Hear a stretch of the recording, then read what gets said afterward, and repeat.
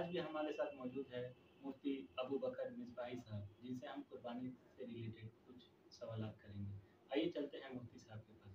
अस्सलाम वालेकुम वालेकुम सलाम व रहमतुल्लाहि व बरकातुहू। मुफ्ती साहब, आपसे कुर्बानी से रिलेटेड जी और भी सवालात करना बाकी था, जो कि हम सवालात करने जा रहे हैं। तो हमारा पहला सवाल ये है कि कुर्बानी के चाँद उठने के बाद क्या हम लोग नाख़ून या बाल ये सब कटवा सकते हैं कि नहीं? बहुत अच्छा आपने सवाल किया है। देखिए, कुर्बानी की चाँद उठने के बाद जी, चाहे वो बाल कटवाना हो या नाखून काटना हो, जी, ये हुक्म शरा के एतबार से तो ये है कि आप काट सकते हैं, काटने में हरज नहीं है।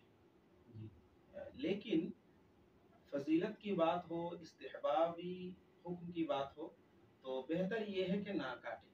जी, इसकी दलील ये है कि एक मुस्लिम शरीफ की हदीस है, जो हदीस नंबर 5015 है, कि अल्लाह के रसूल सल्लल्लाहु अलैहि वसल्लम ने इरशाद फरमाया, मा कान लहु दिबहुन यदबहुहु फइदा उहिल्ला हिलालु दिल हिज्जा फला याखुदन्न मिन शअरिही वला मिन अस्फारिही शैअन हत्ता युदहिया। यानी अल्लाह के रसूल सल्लल्लाहु अलैहि वसल्लम ने फरमाया कि जब जो आदमी कुर्बानी करेगा, तो जब जुल्हिज्जा की चांद नजर आ जाए, तो वो अपने बालों में से या नाखून में से कुछ भी ना काटे, यहाँ तक कि कुर्बानी कर ले। तो ये हदीस पाक इस बात का सबूत मिलता है इस हदीस पाक से कि बाल और नाखून कुर्बानी की चांद निकल जाने के बाद ना काटना चाहिए। अब ये ना काटना यानी ये जो मना है, ये मना क्या, ना काटना हराम है जी, या नाजायज है या किस दर्जे की ये मुमानात है।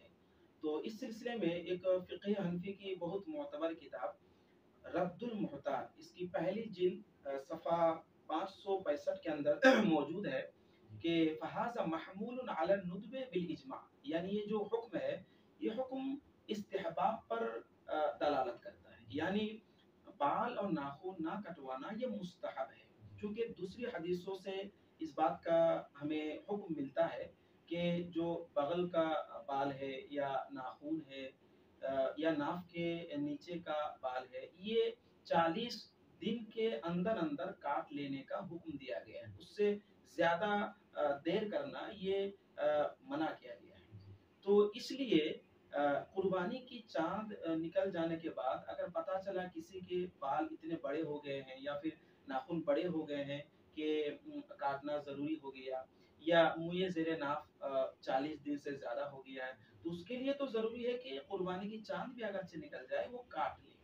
लेकिन अगर नॉर्मल है, यानी आम दिनों की तरह उसका बाल भी मौजूद है या नाखून भी है, तो जो आदमी कुर्बानी करेगा उसके लिए मुस्तहब हुक्म यही है कि वो ना काटे। इसी तरह दूसरी हदीसों में मौजूद है कि जो आदमी कुर्बानी करने पर कादिर नहीं, मतलब उतनी वसाअत नहीं है, तो उसे भी चाहिए कि वो कुर्बानी के दिन तक अपने बाल और नाखून ना काटे। उसमें क्या होता है कि अल्लाह की तरफ से उसे कुर्बानी करने का सवाब मिल जाता है। तो ये हुक्म सिर्फ इस्तिहबाबी हुक्म है, यानी मुस्तहब हुक्म। बहुत बहुत शुक्रिया आपका। जैसा कि आप लोग जान चुके हैं कि कुर्बानी के चाँद उठने के बाद क्या नाखून और बाल काट सकते हैं या नहीं, इसका जवाब मुफ्ती साहब ने बहुत ही अच्छा दिया। चलिए चलते हैं हमारे अगले सवाल के पास। आपसे दूसरा सवाल ये है कि कुर्बानी के अय्याम में क्या-क्या दुआ कर सकते हैं? देखिए, कुर्बानी के अय्याम, ऐसे तो कुर्बानी का जो महीना है, जी, ये मुहतरम और बहुत ही अच्छा महीना है, चूँकि इसमें हज करते हैं लोग। तो इस एतबार से कोई भी दुआ आप जो मसनून दुआएँ हों या दुआ कर सकते हैं। लेकिन जहाँ तक मसला है कि कुर्बानी के अय्याम में, तो उसमें एक मखसूस दुआ साबित है, हदीसों से मिलता है। वो दुआओं का सबूत मिलता है। मसलन फ़िक़्ह हनफ़ी की एक मोतबर किताब है तनवीरुल अफ़सार, उसके तीसरी जिल्द के 71 नंबर सफ़ा में ये मसला मौजूद है कि एक तकबीर है जिसको तकबीर तशरीक कहते हैं, यानी अल्लाहु अकबर, ला इलाहा इल्लल्लाह वल्लाहु अकबर वलिल्लाहिल हम्द। ये जो तकबीर है, यानी ये जो दुआ है, जो तकबीर की शक्ल में मौजूद है, तो ये पढ़ने का हुक्म दिया गया है।